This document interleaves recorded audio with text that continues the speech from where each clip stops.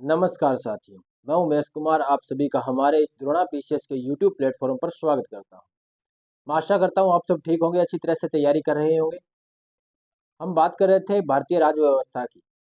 India polity को हम नए सिरे से एक नए अंदाज में पढ़ना प्रारंभ कर चुके थे, जिसमें अब तक की क्लास में हमने देखा किस प्रकार से भारत के लिए भारत का संविधान बनने से पहले कानून बनाए जाते थे, ब्रिटिश सरकार द्वारा किस प्रकार से कानून बनाए जाते थे वो हमने देखा।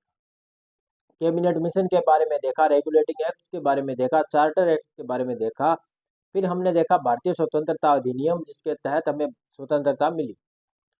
फिर हमने देखा कैबिनेट मिशन जिसके तहत संविधान सभा का निर्माण होता है। संविधान सभा वो सभा है जिसने भारत के संविधान का निर्माण किया है। किस प्रकार से उसमें बैठकें हुई, किस प्रकार से चुनाव हुए, उसके अंदर किस प्रकार से उसमें सदस्य शामिल हुए, हमने वो सारी बातें की हैं।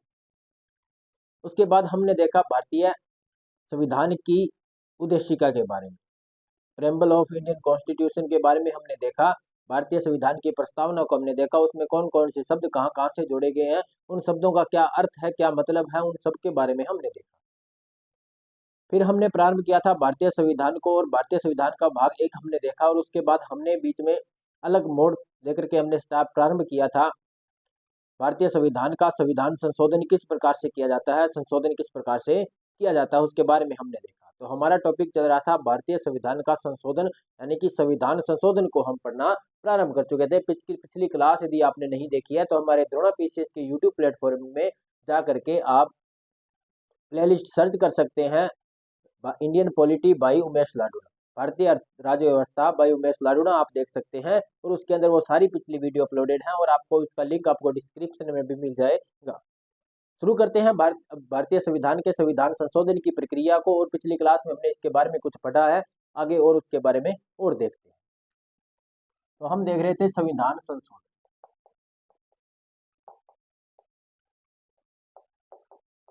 संविधान संशोधन जो भारतीय संविधान के अनुच्छेद 368 में उल्लेखित है, अनुच्छेद 368 में उल्लेखित है। ये हमने पहले पढ़ना इसलिए प्रारंभ किया था क्योंकि हम बार बार ये बातें करेंगे, चर्चा करेंगे कि इस संविधान संशोधन में ऐसा हुआ, संविधान संशोधन 24वें में ऐसा हुआ, 25वें संविधान संशोधन में, 42वां संविधान संशोधन, हम बार बार देखते हुए चलेंगे। तो पहले यही देख लेते हैं कि संविधान संशोधन क्या, ताकि हमें बार बार इस शब्द को सुनेंगे तो ये हमें एक नया शब्द नहीं लगेगा, इसके बारे में हम जान रहे होंगे, ताकि तो आगे पढ़ना आसान हो जाएगा। तो इसलिए इसको प्रारंभ कर चुके थे।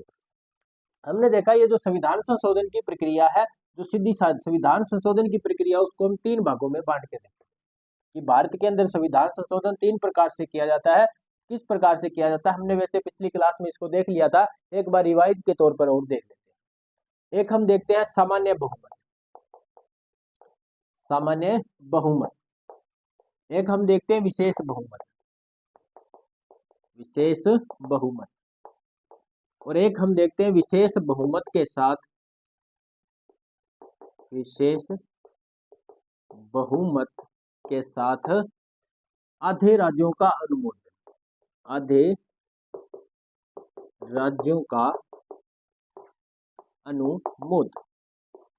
इन 3 प्रक्रियाओं के माध्यम से संविधान संशोधन होता है, जिसमें हम देखेंगे अनुच्छेद 368 की प्रक्रिया में केवल ये 2 ही बातें लिखी गई है, केवल ये 2 ही बातें लिखी गई है। कौन सी? एक तो विशेष बहुमत के द्वारा संविधान संशोधन, और एक विशेष बहुमत प्लस आधे राज्यों का अनुमोदन के द्वारा संविधान संशोधन। तो आप कहोगे फिर ये तीसरा क्या है? अरे ये इससे भी संविधान संशोधन होता है, लेकिन उसको नंबर नहीं दिया जाता, उसको गिना नहीं जाता, उसे संविधान संशोधन के तौर पर नहीं गिना जाता। हम जैसे पढ़ते हैं 24वां संविधान संशोधन, 25वां संविधान संशोधन, तो उस प्रकार से इसको किसी भी नंबरिंग के आधार पर नहीं पढ़ा जाता। सिर्फ इतना देखते हैं कि हाँ संविधान संशोधन हो चुका है, लेकिन ये अनुच्छेद 368 की प्रक्रिया के तहत नहीं होता।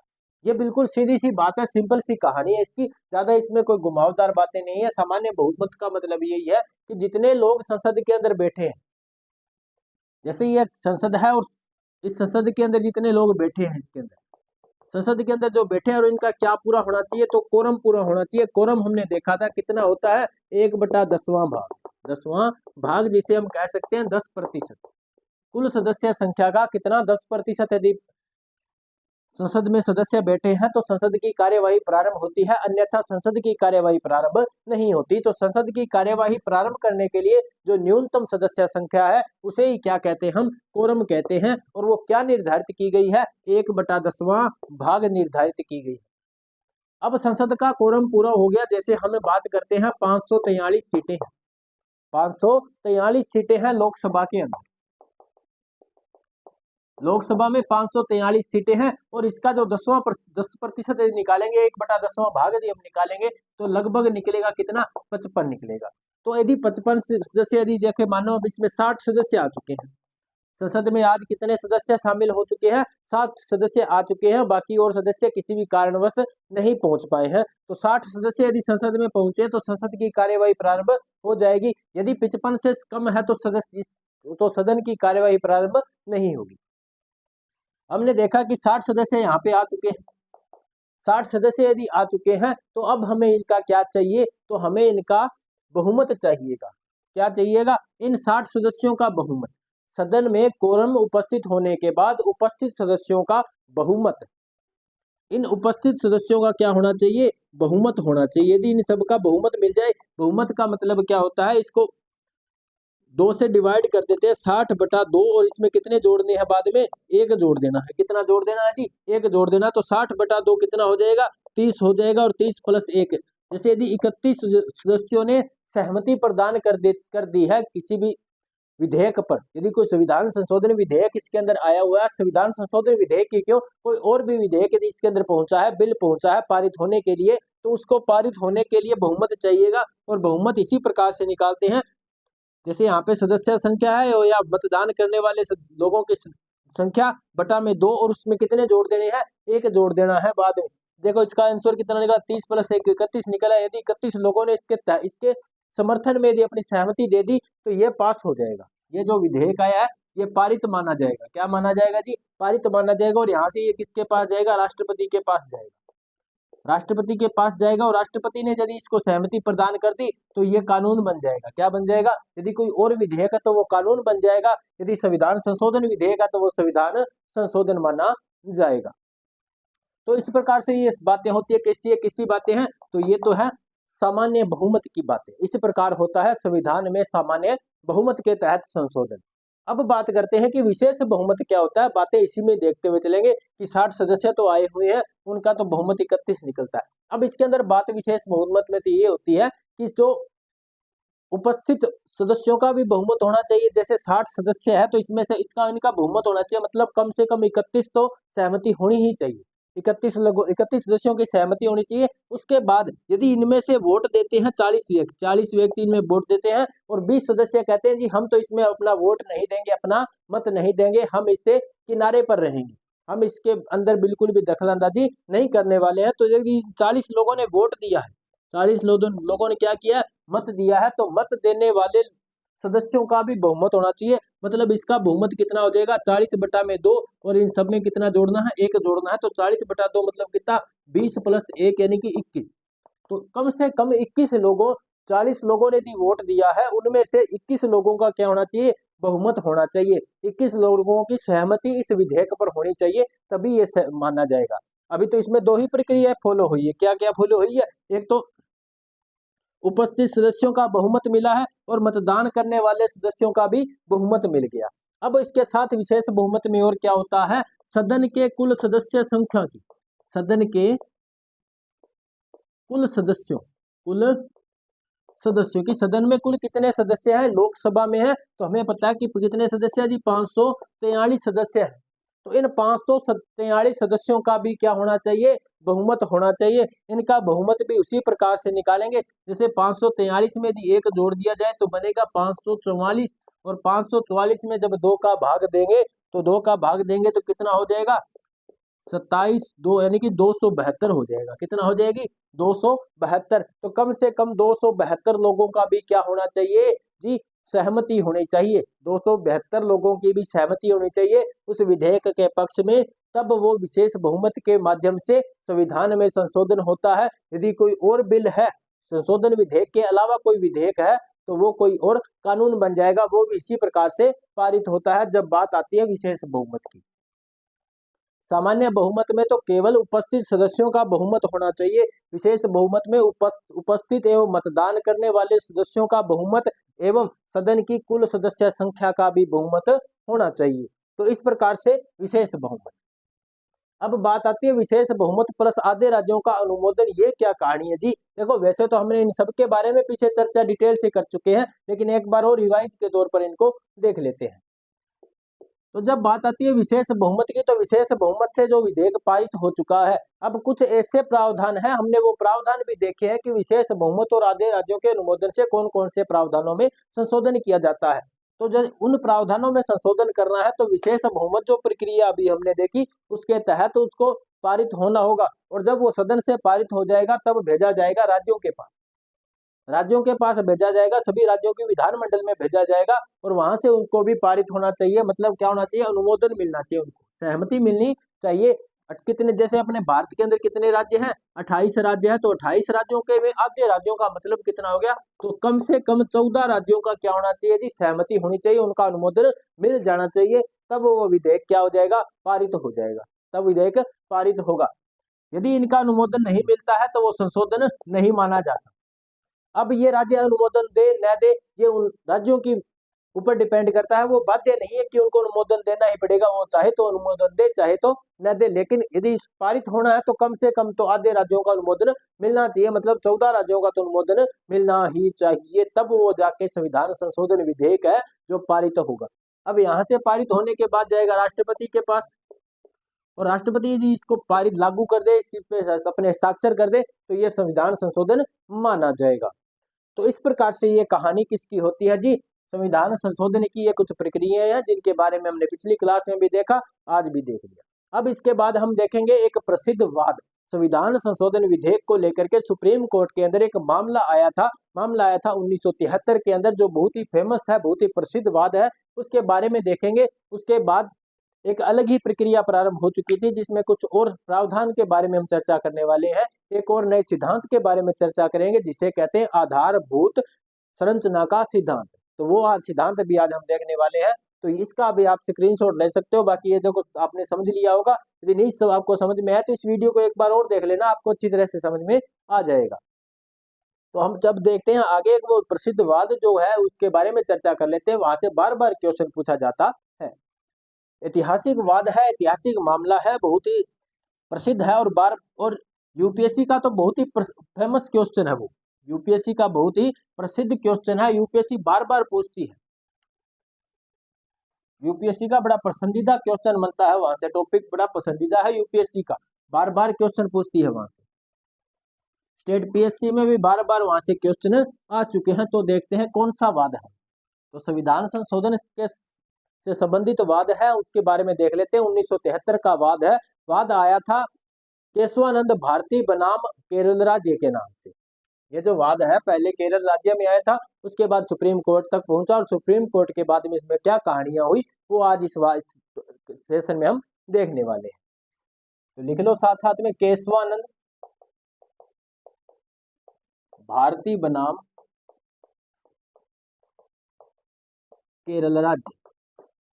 केरल राज्य वाद कब का है? ये जो मामला है 1973 का मामला है। ये मामला कब का है? 1973 का मामला है। इस नाम से पहले केरल हाईकोर्ट तक ये बात पहुंची, वहां से ये कहां पहुंच गई? तो सुप्रीम कोर्ट में पहुंच गई, और सुप्रीम कोर्ट में जाने के बाद कुछ अलग ही कहानियां यहाँ से निकल के आती हैं। कौन कौन सी कहानियां निकल के आती हैं वो देखते हैं। पहले तो बात कर लेते हैं केशवानंद भारती है कौन। केशवानंद भारती केरल के एक मठ के मठाधीश हैं। क्या है जी? मठाधीश हैं। मठाधीश हैं। कहाँ के मठाधीश है? तो केरल के अंदर जगह है इडनीर। इडनीर केरल के क्या है? मठाधीश है। कौन? केशवानंद भारती। है तो नहीं है, थे केशवानंद भारती। कहाँ के मठाधीश थे? तो इडनीर केरल के मठाधीश थे। इनके जो वकील थे, इनके वकील थे नानी पालकीवाला। इसमें जो वकील थे वो कौन थे? नानी पालकीवाला। ये नानी पालकीवाला वही है जिन्होंने कुछ शब्द दिए थे, we nation, we the nation, we the people, we the nation. इस प्रकार से इनका एक इन्होंने कुछ शब्द दिए थे संविधान को लेकर, we the nation we the people, we the people, we the people we the nation, इन्होंने ये शब्द दिए थे, उनके बारे में हमने पीछे चर्चा कर चुके, ये नानी पालकी वाला वही है। अब ये वाद आया था, किसमें आया था? सुप्रीम कोर्ट में। केरल यहाँ से कहाँ पहुंच गया? सुप्रीम कोर्ट में पहुंच गया, सर्वोच्च न्यायालय में पहुंच गया। यहाँ से ये जो वाद है कहाँ पहुंच गया? तो सुप्रीम कोर्ट में पहुंच गया। और सुप्रीम कोर्ट के अंदर जब इस पर सुनवाई हुई तो 13 जजों की पीठ ने, 13 न्यायाधीशों की पीठ ने, ऐतिहासिक पीठ है, आज तक की सबसे बड़ी पीठ। कितने न्यायाधीशों की पीठ है? तो 13 न्यायाधीशों की पीठ ने, इसके नोट लगा के लिख लेना, अब तक की सबसे बड़ी संविधान पीठ, संवैधानिक पीठ, अब तक की सबसे बड़ी संवैधानिक पीठ, संवैधानिक पीठ। 13 न्यायाधीशों की पीठ ने निर्णय लिया और निर्णय 7-6 के बहुमत से आया था, 7-6 के बहुमत से निर्णय दिया, निर्णय दिया, 7-6 के बहुमत से निर्णय दिया। और निर्णय क्या दिया कि पूछा कि बताया था कि संविधान के किसी भी भाग में संशोधन किया जा सकता है। क्या निर्णय दिया था? इन्होंने निर्णय दिया था कि संविधान के किसी भी भाग में संशोधन किया जा सकता है, किया जा सकता है। इन्होंने कहा था कि 13 न्यायाधीशों की पीठ ने जो निर्णय दिया था, निर्णय में कहा गया था कि संविधान के किसी भी भाग में संशोधन किया जा सकता है। कोई सा भी ऐसा भाग नहीं है जहाँ पे संविधान संशोधन नहीं किया जा सकता। पूरे संविधान के किसी भी भाग में संशोधन किया जा सकता है, चाहे वो प्रस्तावना हो, चाहे वो अनुसूचियां हो, चाहे वो कोई सा भी भाग हो। लेकिन की बात आ जाती है, लेकिन आधारभूत संरचना में संशोधन नहीं किया जा सकता। लेकिन आधारभूत संरचना में संशोधन नहीं किया जा सकता, नहीं किया जा सकता। फंडामेंटल स्ट्रक्चर में संशोधन नहीं किया जा सकता। ये किसने कहा था? इन 13 न्यायाधीशों की पीठ ने, सुप्रीम कोर्ट के ये जज थे, ये न्यायाधीश थे, जिन्होंने ये निर्णय दिया कि संविधान के किसी भी भाग में संशोधन किया जा सकता है। लेकिन आ जाए तो थोड़ा सा गौर से सुनना, क्योंकि ये जो शब्द है, ये जो सेंटेंस है, ये जो वाक्य है, यूपीएससी के एग्जाम में बार बार पूछा गया है, स्टेट बीसीएस में भी ये बहुत बार क्वेश्चन पूछे जाते हैं कि आधारभूत संरचना का सिद्धांत या आधारभूत संरचना में संशोधन नहीं किया जा सकता, ये बात कब और किसने कही? ऐसे क्वेश्चन बार बार पूछे जाते हैं। तो किसमें कहा गया? तो केशवानंद भारती बनाम केरल राज्य के विवाद के अंदर जब सुप्रीम कोर्ट ने इसका निर्णय दिया 13 न्यायाधीशों की पीठ ने 7-6 के बहुमत में, 7 न्यायाधीश तो इस निर्णय के पक्ष में थे और 6 इसके विपक्ष में थे, 6 इसके विपक्ष में थे। तो इस प्रकार से एक निर्णय दिया गया कि संविधान के किसी भी भाग में संशोधन किया जा सकता है, लेकिन आधारभूत संरचना में संशोधन नहीं किया जा सकता। यहीं से निकल के आता है आधारभूत संरचना का सिद्धांत। क्या है ये आधारभूत संरचना का सिद्धांत? इसमें आधारभूत संरचना क्या क्या है उसके बारे में आज चर्चा करने वाले हैं। लेकिन इस ऐतिहासिक न्याय संवैधानिक पीठ के जो सदस्य थे, इस ऐतिहासिक संवैधानिक पीठ के ये जो 13 न्यायाधीश हैं, इनके नाम भी एक बार हम देख लेते हैं। क्वेश्चन यहाँ से पूछे जाते हैं कि निम्न में से कौन सा न्यायाधीश उस ऐतिहासिक संवैधानिक पीठ में शामिल नहीं था जो केशवानंद भारती बनाम केरल राज्य के विवाद में निर्णय में शामिल हुए थे। तो इस प्रकार का क्वेश्चन भी एक बार पूछा गया था, एक स्टेट बीसीएस के एग्जाम में पूछा गया था। तो ये 13 न्यायाधीशों के नाम लिख लेते हैं, ताकि जहां से यदि आगे कोई क्वेश्चन बने तो कहीं अपना सवाल क्वेश्चन गलत ना हो, हमारा आंसर गलत न हो।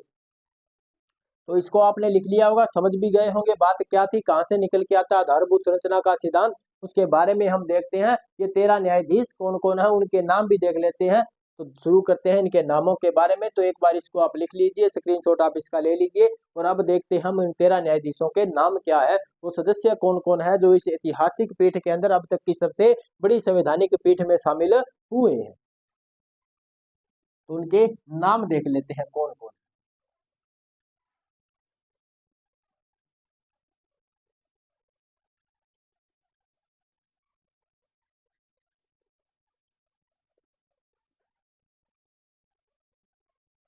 तो इसके जो न्यायाधीश है उसमें हम देखते हैं मुख्य न्यायाधीश है एस.एम. सीकरी साहब। कौन कौन है इसके अंदर? एस.एम. सीकरी साहब, एस.एम. सीकरी, ये कौन थे? तो मुख्य न्यायाधीश थे, मुख्य न्यायाधीश, सुप्रीम कोर्ट के मुख्य न्यायाधीश, सर्वोच्च न्यायालय के मुख्य न्यायाधीश कौन थे? तो एस.एम. सीकरी साहब थे जो उन 13 सदस्यों में शामिल थे। उसके बाद आते हैं जे.एम. Chalet, J.M.. शैलेट महोदय, ये जे.एम. शैलेट भी इसके अंदर शामिल थे। फिर आते हैं के.एस. हेगड़े साहब, के.एस. हेगड़े साहब, तो एस.एम. सीकरी साहब, जे.एम. शैलेट साहब, के.एस. हेगड़े साहब इसके अंदर शामिल थे। उसके बाद आते हैं ए.एन. ग्रोवर, ए.एन. ग्रोवर साहब भी इसके अंदर शामिल थे। इस संवैधानिक पीठ में सदस्य थे। ए.एन. रे भी इसके अंदर शामिल थे, ए.एन. रे, अजीतनाथ रे, तो अजीतनाथ रे भी इसके अंदर शामिल थे। उसके बाद आते हैं ए.बी. मुखर्जी, ए.बी. मुखर्जी साहब भी इसके अंदर शामिल थे। तो देखो कौन कौन सी हस्तियों को इसके अंदर शामिल किया गया है। उसके बाद आते हैं डी.जी. पालेकर, डी.जी. पालेकर, तो डी.जी. पालेकर महोदय को भी शामिल किया गया था। एस.एम. सीकरी साहब, J M. Shelat, K S. Hegde, A N. Grover, A N. Ray, Ajitnath Ray, A B. Mukherjee, D G. Palekar. D G. Palekar के बाद आते हैं के.एन. मैथ्यू साहब, के.एन. मैथ्यू साहब, तो के.एन. मैथ्यू साहब को भी इस संवैधानिक पीठ में शामिल किया गया था। 13 न्यायाधीशों को ये जो पीठ है ये अब तक की सबसे बड़ी संवैधानिक पीठ है। उसके बाद आते हैं हमीदुल्ला बेग,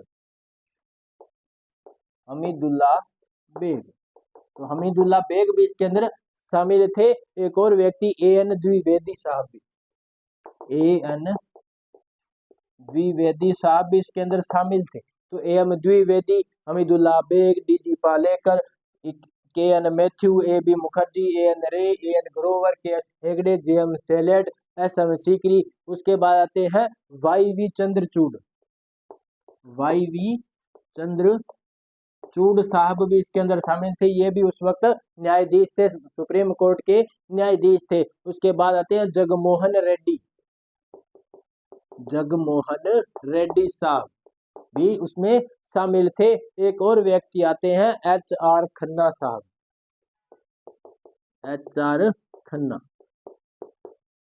तो इस प्रकार से ये 13 सदस्यों की संवैधानिक पीठ बनाई गई थी जिसने केशवानंद भारती वाद के अंदर अपना निर्णय दिया था। 7 सदस्य इसके पक्ष में थे, निर्णय के पक्ष में, और 6 सदस्य निर्णय के विपक्ष में थे। लेकिन 7-6 के इस बहुमत में निर्णय के पक्ष में 7 व्यक्ति थे, तो वो निर्णय लागू हो गया। और निर्णय किस प्रकार से लागू हुआ कि संविधान के किसी भी भाग में संशोधन किया जा सकता है, लेकिन आधारभूत संरचना में संशोधन नहीं किया जा सकता। ये आधारभूत संरचना का सिद्धांत क्या है वो भी हम देखेंगे। उससे पहले इन 13 सदस्यों के नाम आप लिख लीजिएगा। एस.एम. सीकरी साहब, जे.एम. शैलेट साहब, के.एस. हेगड़े साहब, A N. Grover, A N. Ray, A B. Mukherjee, D G. Palekar, K N. Mathew, Hamidullah Beg, A N. Dwivedi, Y V. Chandrachud, Jaganmohan Reddy और एच.आर. खन्ना, इनके नाम भी आप लिख लीजिए।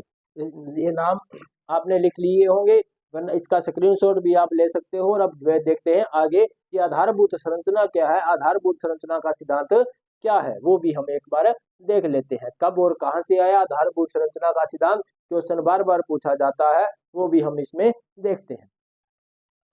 तो आपने लिख लिया होगा। अब बढ़ते हैं आगे और देखते हैं आधारभूत संरचना का सिद्धांत क्या है, ये संविधान की आधारभूत संरचना क्या है, उसको भी देख लेते हैं।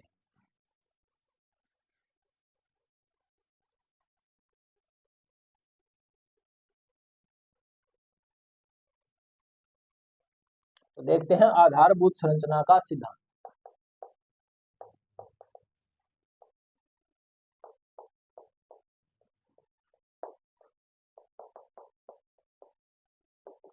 Principle of fundamental structure. क्या है ये प्रिंसिपल, क्या है ये सिद्धांत, ये भी हम देख लेते हैं। ये जो संविधान की आधारभूत संरचना का ये जो सिद्धांत है, इनको सबसे पहले दिया था जर्मनी के डाइट्रिच कर्नराड ने। ये दिया किसने था?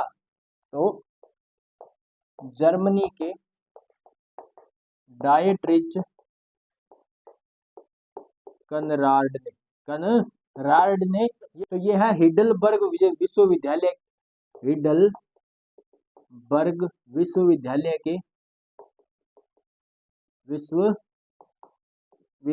के प्रोफेसर हैं। कौन है? हिडलबर्ग विश्वविद्यालय के प्रोफेसर।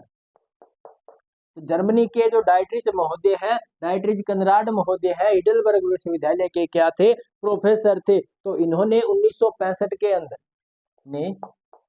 1965 में BHU, तो बनारस हिंदू यूनिवर्सिटी में ये जब आए थे, वहां पर इन्होंने संविधान सभा के बारे में, संविधान सभा की सीमा के बारे में या संविधान संशोधन की सीमा के बारे में एक भाषण दिया था। उस भाषण के अंदर इन्होंने बताया था आधारभूत संरचना का सिद्धांत। तो जर्मनी के डाइट्रिच कर्नराड महोदय ने 1965 में BHU में संविधान संशोधन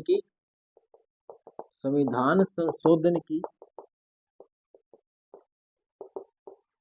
सीमा के बारे में भाषण देते हुए आधारभूत संरचना के बारे में बताया।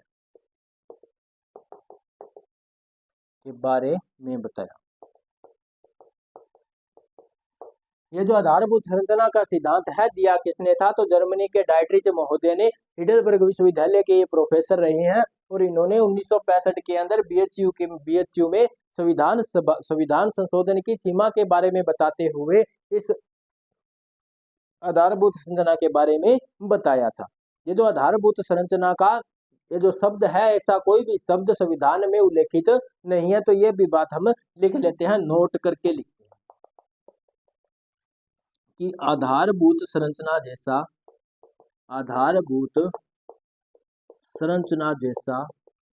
कोई भी शब्द संविधान में उल्लेखित नहीं है।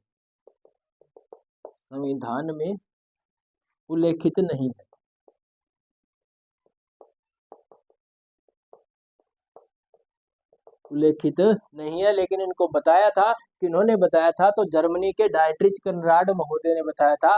डाइट्रिच कर्नराड महोदय हिडलबर्ग विश्वविद्यालय के प्रोफेसर रह चुके हैं। 1965 के अंदर BHU में एक भाषण दिया था, और उस भाषण में इन्होंने संविधान संशोधन की सीमा के बारे में बताया, और उसी वक्त इन्होंने आधारभूत संरचना के बारे में भी बताया था।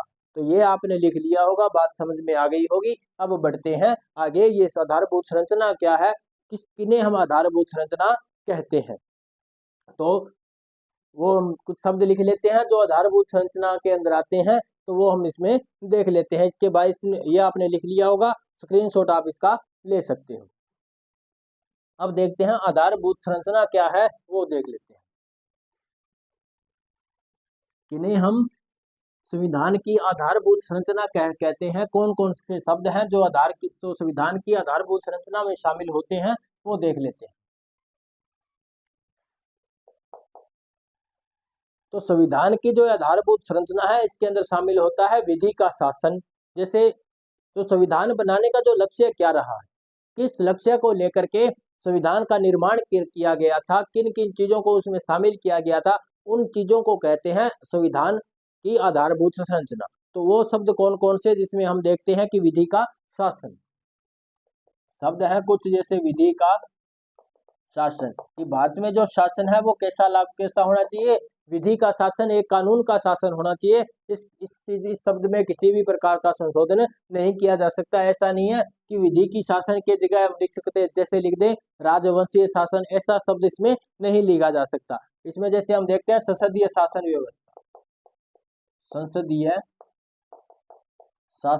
व्यवस्था, जैसे संसद बनी हुई है, उस संसद के माध्यम से भारत में सांसद शासन चलाया जाता है, इस शब्द में भी संशोधन नहीं किया जा सकता, ऐसे प्रावधानों में संशोधन नहीं किया जा सकता। उसके बाद हम देखते हैं जो भारत का जो संघात्मक ढांचा है, भारत में जो संघात्मक ढांचा है, उस संघात्मक ढांचे में भी संशोधन नहीं किया जा सकता। जैसे ऊपरी सदन है, फिर हम देखते हैं निम्न सदन के बारे में देखते हैं, और जो इस प्रकार से केंद्र राज्यों के बीच में जो संबंध है, उनके बीच में ऐसा कोई संशोधन नहीं किया जा सकता। फिर हम देखते हैं जैसे नगर पालिका की संरचना, न्यायपालिका की संरचना, न्यायपालिका की संरचना। तो न्यायपालिका की संरचना में भी किसी प्रकार का संशोधन नहीं किया जा सकता। जो शक्तियों का जो पृथक्करण है, शक्तियों का पृथक्करण, जैसे न्यायपालिका की शक्ति अलग है, संसद की शक्ति अलग है, उन शक्तियों में भी उनका जो पृथक्करण है उसके अंदर संशोधन नहीं किया जा सकता। ऐसा नहीं है कि न्यायपालिका की शक्ति को कम कर दिया जाए और उसको संसद की शक्ति में जोड़ दिया जाए, ऐसा संशोधन भी संविधान में नहीं किया जा सकता। उसके बाद हम देखते हैं व्यक्ति की गरिमा, व्यक्ति की गरिमा। भारतीय संविधान व्यक्ति को सर्वोच्च मानता है, अपने भारतीय संविधान है व्यक्ति को सर्वोच्च मानता है। और हमें देखा भी है कि जो भारत की जो सत्ता है वो सर्वोच्च सत्ता किसमें शामिल है, तो भारत की जनता में शामिल है। तो ऐसे प्रावधान में भी संशोधन नहीं किया जा सकता। ऐसा नहीं है कि व्यक्ति की गरिमा को कम कर दिया जाए, किसी और की गरिमा को बढ़ा दिया जाए, तो इससे उसमें नहीं है। जो समानता का अधिकार सबको मिलना चाहिए, वो सभी को मिलना चाहिए। इस और हम देखते हैं जो एक पंथ निरपेक्षता। तो पंथ निरपेक्षता में भी किसी प्रकार का हम किसी भी एक पंथ को ऊपर नहीं कर सकते। ऐसा नहीं है कि ये पंथ भारत के लिए महत्वपूर्ण है, ऐसा नहीं है। सभी पंथ क्या भारत के लिए समान है, और उन सभी की जो निरपेक्ष है, भारत सभी धर्मों से निरपेक्ष रखता है। सभी में ऐसा नहीं है किसी के एक के पक्ष में ज्यादा खिंचाव रखेगा, ऐसा नहीं होगा। सभी एक क्या होगा, ये पंथ निरपेक्षता में भी संशोधन नहीं किया जा सकता। फिर हम देखते हैं धर्मनिरपेक्षता, और देखते हैं जैसे धर्मनिरपेक्षता, तो ये भी भारत की आधारभूत संरचना में शामिल होते हैं। संविधान की जो आधारभूत संरचना है उसमें शामिल होने वाले ये भी शब्द है, तो धर्मनिरपेक्ष को भी इसमें शामिल किया जाता है। जैसे हम देखते हैं एकता में अखंडता, एकता व अखंडता, कि भारत के जो सभी राज्य है वो एक हैं, उनको अलग अलग नहीं किया जा सकता, उनको भारत से अलग नहीं किया जा सकता। भारत की जो अखंडता है वो हमेशा बनी रहनी चाहिए, उसमें किसी प्रकार का संशोधन नहीं किया जा सकता। जो एक हम देखते हैं लोक कल्याण,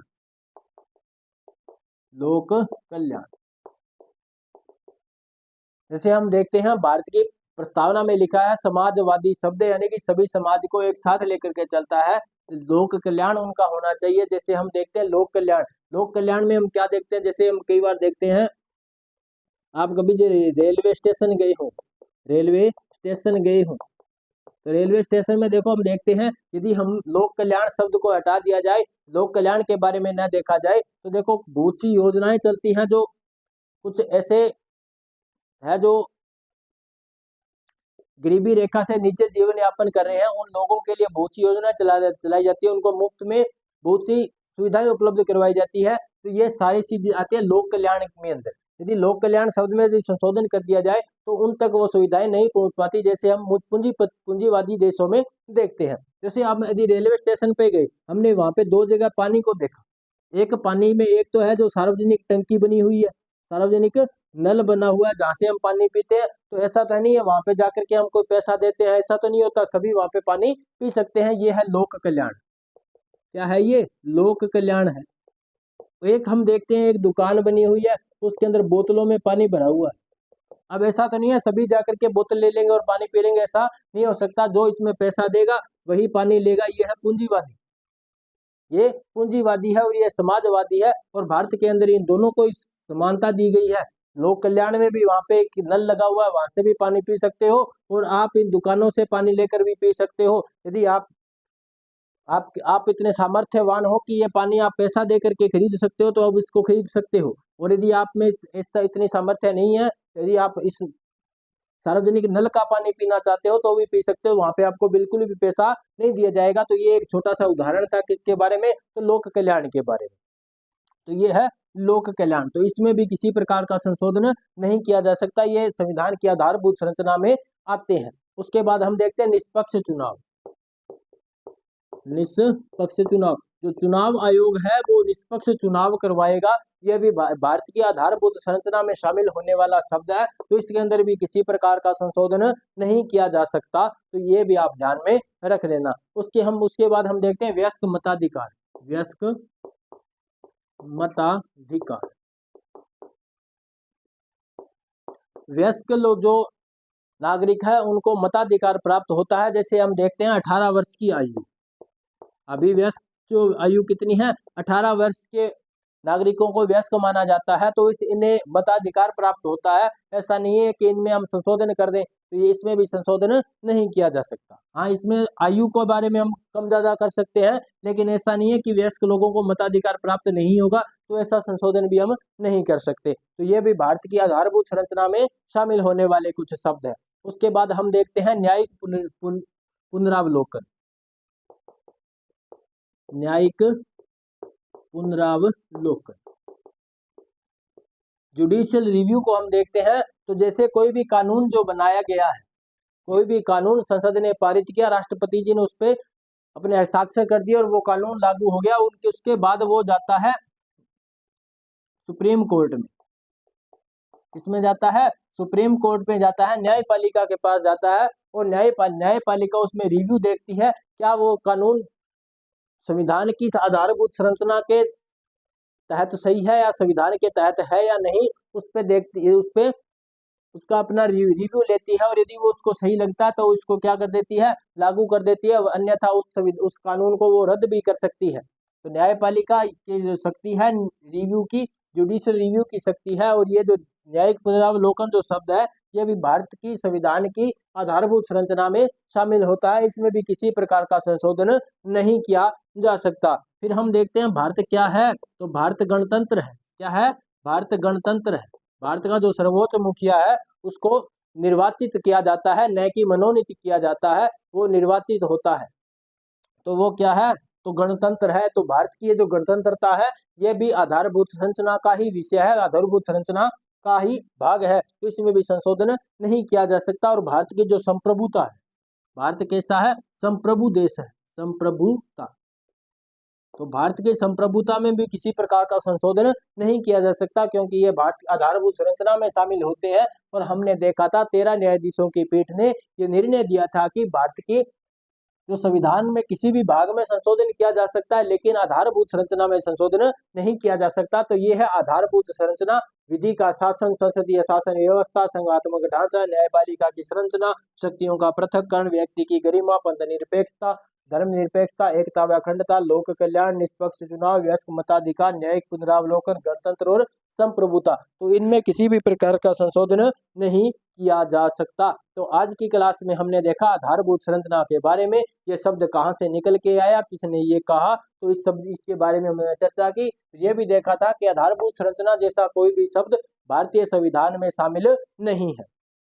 इसके बाद एक संविधान संशोधन के बारे में चर्चा कर लेते हैं, जहाँ से भी बार बार क्वेश्चन पूछा जाता है, वो इसी के आधार पर है। यानी कि जो संविधान संशोधन में जो संसद की शक्ति के बारे में जो क्वेश्चन है आधारभूत संरचना से संबंधित है, तो उसको भी हम देख लेते हैं।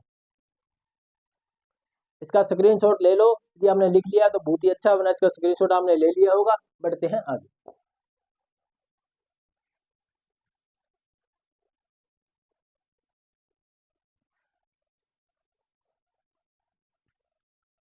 तो हम देखते हैं 42वें संविधान संशोधन के बारे में। तो 42वां संविधान संशोधन जो 76 में हुआ था और 77 में लागू हुआ।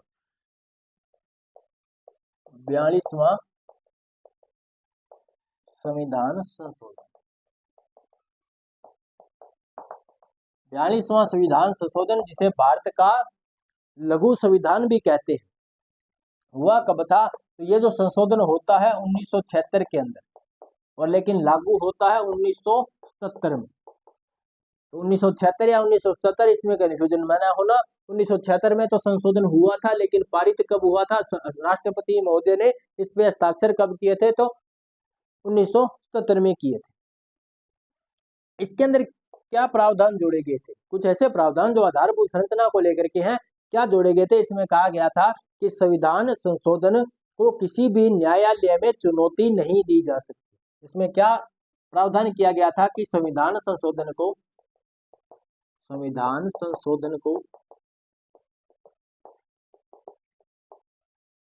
किसी भी न्यायालय में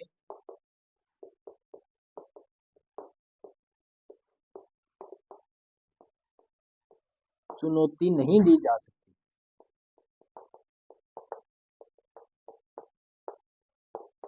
यानी कि ये जो प्रावधान थे ये न्यायपालिका की शक्ति को कम करते थे, क्योंकि ये जो न्यायालय में चुनौती नहीं दी जा सकती, मतलब जो संसद ने पारित कर दिया उसी वो ही लागू होगा पूरे देश में, चाहे वो कैसा भी हो, उसको एक बार संसद ने पारित कर दिया तो वो पूरे देश में लागू होगा। अब ये बात ऐसा नहीं है कि वो संविधान के तहत है या नहीं, आधारभूत संरचना को फॉलो करता है या नहीं करता, उसको उसमें इसका कोई मतलब नहीं था। इसके अंदर क्या कर दिया गया, न्यायालय की शक्ति यानी न्यायपालिका की शक्ति को कम कर दिया गया और संसद की शक्ति को बढ़ा दिया गया। तो इसमें एक प्रावधान और भी जोड़ दिया गया कि संविधान संशोधन के संदर्भ में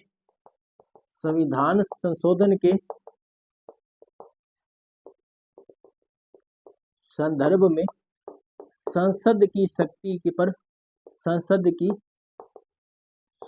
की कोई सीमा नहीं है,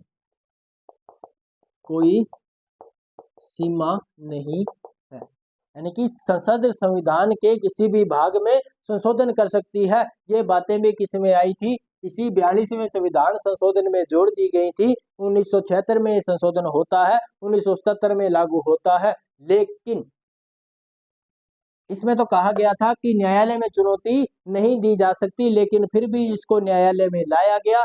लाए कौन थे, तो एक वाद आता है मिनर्वा मिल्स बनाम भारत संघ। तो मिनर्वा मिल्स बनाम भारत संघ के मामले में इसको सुप्रीम कोर्ट के अंदर चुनौती दी गई और सुप्रीम कोर्ट में इसको क्या कहा गया वो भी हम देख लेते हैं। तो ये क्या बात आती है इसमें जो, लेकिन इसके ऊपर चुनौती दी गई, मिनर्वा मिल्स बनाम भारत संघ।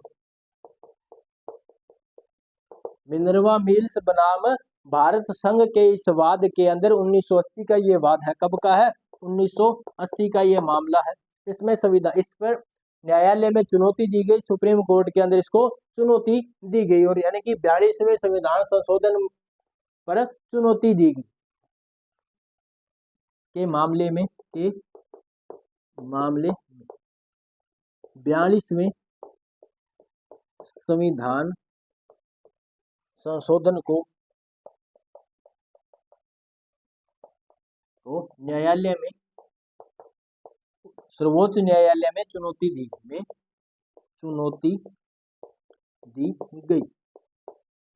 सर्वोच्च न्यायालय में चुनौती दी गई। उसके बाद इन्होंने, सुप्रीम कोर्ट ने क्या निर्णय दिया, वो निर्णय बड़ा ऐतिहासिक था और संसद की शक्ति को कम करने वाला ये जो निर्णय था।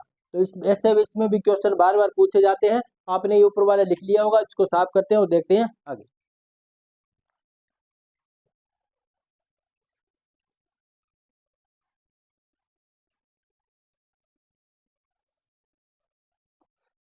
तो सुप्रीम कोर्ट ने इसमें निर्णय देते हुए कहा कि ये दोनों जो प्रावधान है ये गलत है, इन दोनों प्रावधानों को क्या किया गया, रद्द कर दिया गया। चुनौती दी गई, तो इसके बाद देखते हैं कि चुनौती दी गई एवं 42वें संविधान संशोधन के दोनों प्रावधानों को रद्द कर दिया गया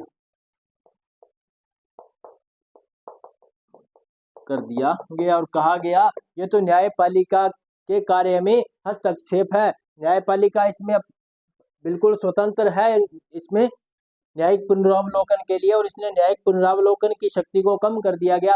हाईकोर्ट की जो न्यायपालिका की जो शक्ति है उसको कम कर दिया गया। 42वें संशोधन में क्या कम कर दिया गया था, इसीलिए इस 42वें संविधान संशोधन के वो जो दो प्रावधान थे उन्हें रद्द कर दिया गया। तो इस प्रकार आज हमने देखा आधारभूत संरचना के बारे में, तो एक वाद के बारे में देखा केशवानंद भारती विवाद, और मिनर्वा मिल्स बनाम भारत संघ के वाद के बारे में हमने देखा किस प्रकार के उसमें प्रावधान किए गए, और 42वें संविधान संशोधन में कौन से प्रावधान हुए, 13 न्यायाधीशों की वो जो ऐतिहासिक पीठ थी उसमें कौन कौन शामिल थे, क्या निर्णय दिए, किस बहुमत से दिए, वो भी हमने देखा। संविधान की आधारभूत संरचना क्या है उसके बारे में आज की क्लास में हमने देखा। मैं आशा करता हूँ आज की क्लास आपको अच्छी लगी। अगर अच्छी लगी है तो हमें कमेंट में जरूर बताना, और इसमें कोई आपकी जो राय है, आपकी सलाह है, वो भी हमें जरूर देते रहना, और अपने साथियों तक इस कंटेंट को शेयर कर देना ताकि वो हमसे जुड़ सके और हमारा हौसला बढ़ पाए। तो मिलते हैं अगली क्लास में, तब तक के लिए धन्यवाद।